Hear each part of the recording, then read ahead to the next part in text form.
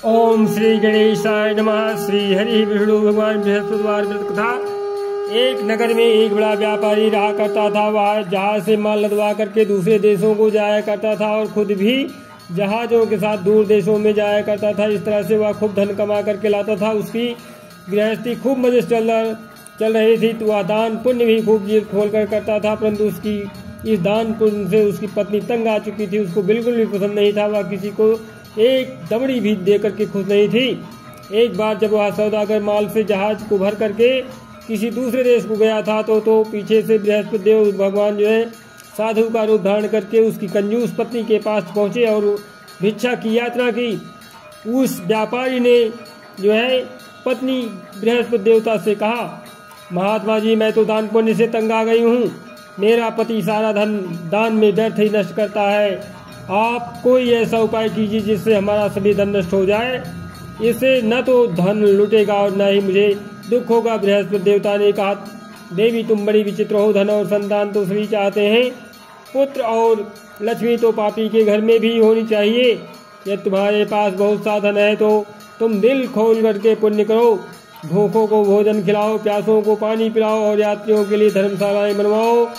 कितने ही निर्धनों का कुंवारी कन्याएं धन के अभाव में अविवाहित बैठी हुई हैं, उनका विवाह संपन्न कराओ। और भी अनेक पुण्य कार्य हैं जिनको करके तुम्हारा लोक परलोक सार्थक हो सकता है। लेकिन व्यापारी की स्त्री जो है बड़ी ढीठ थी। उसने कहा, महात्मा जी, मैं इस विषय से आपकी कोई बात नहीं सुनना चाहती हूँ। मुझे ऐसा कोई उपाय बता दीजिए जिससे हमारा सारा धन नष्ट हो जाए। बृहस्पति देव भगवान बोले, तुम्हारी ऐसी इच्छा है तो फिर ऐसा ही होगा। तुम 7 बृहस्पतिवार को घर को गोबर से लेप करके पीली मिट्टी से अपने केसों को धोना, भोजन में मांस मदिरा ग्रहण करना, कपड़े धोना, बस तुम्हारा सारा धन नष्ट हो जाएगा। इतना कह करके बृहस्पति देव भगवान अंदर ध्यान हो गए।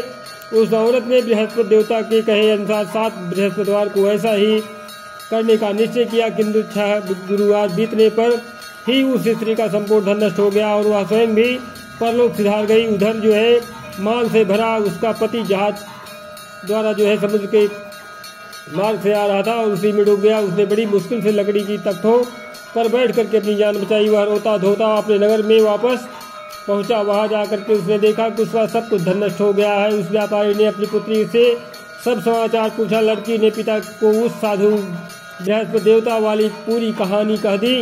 उसने पुत्री को शांत किया।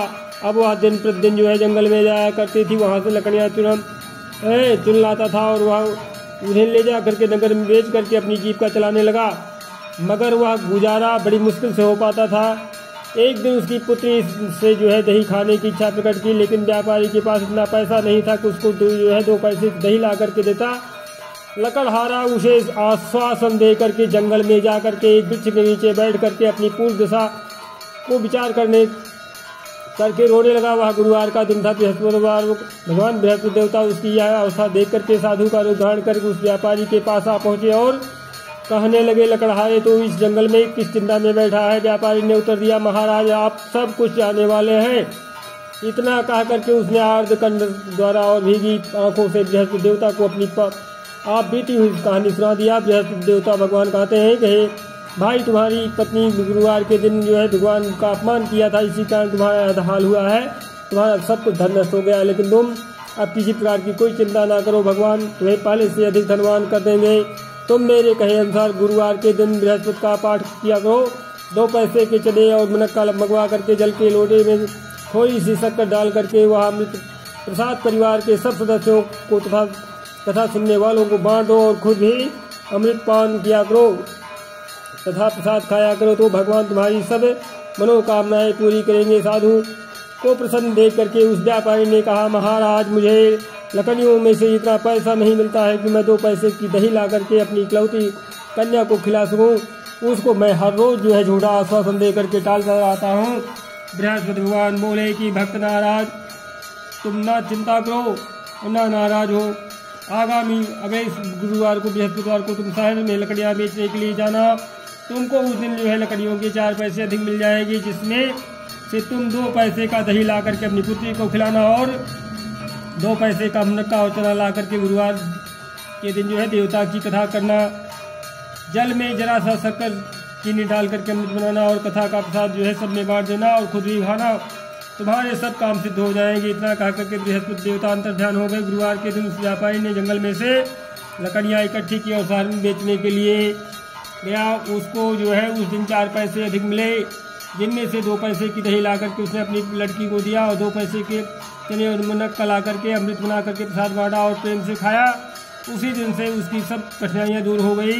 परंतु अगले बृहस्पतिवार को बृहस्पतिवार का व्रत करना भूल गया और कथा सुनना भूल गया। शुक्रवार को उस नगर के राजा ने आज्ञा दी कि कल मैंने एक बहुत बड़े यज्ञ का आयोजन करवाया है, इसलिए जो है कोई भी व्यक्ति अपने घर पर में अग्नि नहीं जलाएगा और चूल्हा नहीं जलाएगा, कोई कुछ नहीं पकाएगा। समस्त जनता मेरे यहाँ आकर के भोजन करेगी। इस आदेश की अवहेलना करेगा तो उसे सूली पर लटका दिया जाएगा। राजा की आज्ञा अनुसार अगले दिन जो है सब लोग राजा के महल में भोजन करने गए, लेकिन वह व्यापारी और उसकी लड़की जो है दोनों तनिक विलम्ब से पहुंचे। इतना ही हो, राजा ने उन दोनों को अपने महल में के अंदर ले जाकर के भोजन करवाया। जब वह पिता पुत्री भोजन करके वापस आ गए तो महारानी की दृष्टि जो है उस खूंटी पर पड़ी जिस पर जो है उसका नौलखा हार लटका हुआ था।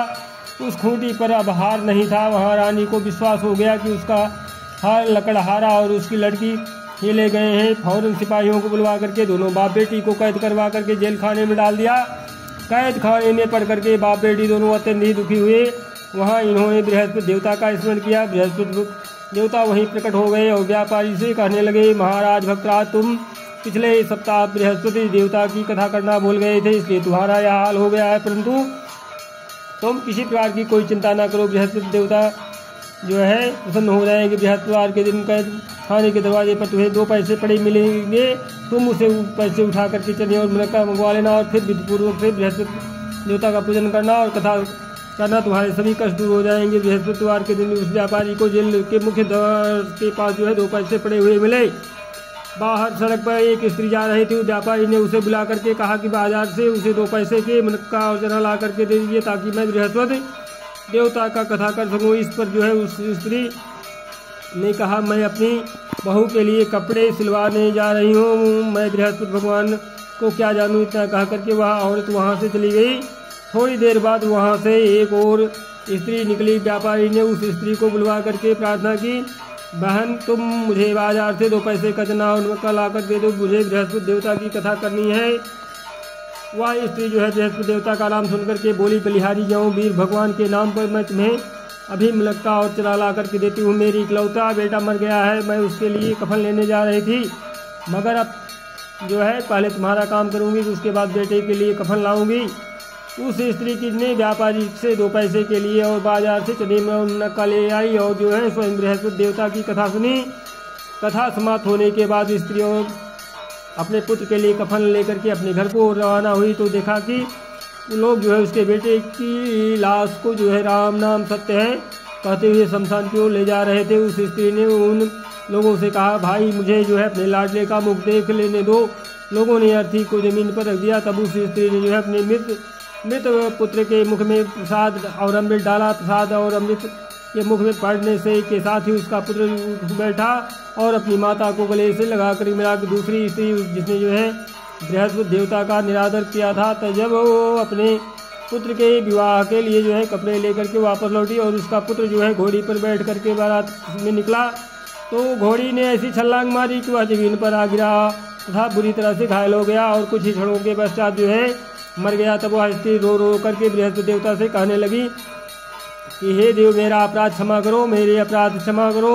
उसकी प्रार्थना सुन करके बृहस्पति भगवान ने साधु का रूप धारण करके कहा और कि उस स्त्री से बोले कि हे देवी, अधिक विलाप करने से कोई आवश्यकता नहीं है। तुमने जो है गुरुवार यानी बृहस्पति देव का अपमान किया, भगवान का अपमान किया, जिसके कारण जो है इसका परिणाम तुम्हें मिला है। तुम जेल खाने के पास जाकर के भक्त से क्षमा याचना करो, उससे जो है सब कुछ ठीक हो जाएगा। वह स्त्री फिर जेल खाने पहुंची और जो है मुख्य द्वार के पास जाकर के उस व्यापारी से हाथ जोड़कर कहने लगी, भक्तराज, मैंने तुम्हारा कहा नहीं माना, मुनक्का और चने ला करके तुम्हें दे दिए हैं।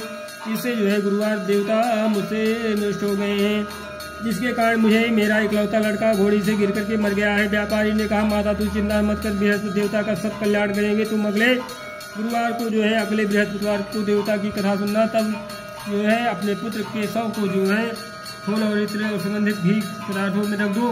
उस स्त्री ने ऐसा ही किया। बृहस्पतिवार का दिन भी आ पहुंचा। वह 2 पैसे के नक्का उचरे लेकर के पवित्र जल पाँव लौटे भर करके जेल के द्वार पर आ गई और श्रद्धा के साथ जो है बृहस्पति देवता की कथा सुनी। जब कथा समाप्ति हुई तो अमृत व प्रसाद लेकर के अपने मृत पुत्र के मुख में डाला। अचानक उसकी सांस जो है आने लगी और वह जो है उठ करके खड़ा हो गया। पुत्र को लेकर के वह महिला खुशी से अपने घर को रवाना हुई और बृहस्पति देवता के गुण गाने लगी। उसी दिन रात्रि में राजा को बृहस्पति देवता ने स्वप्न में दर्शन दिया और कहा, हे राजन, तूने जिस व्यापारी और उसकी पुत्री को जेलखाने में बंद कर रखा है वह दोनों निर्दोष हैं।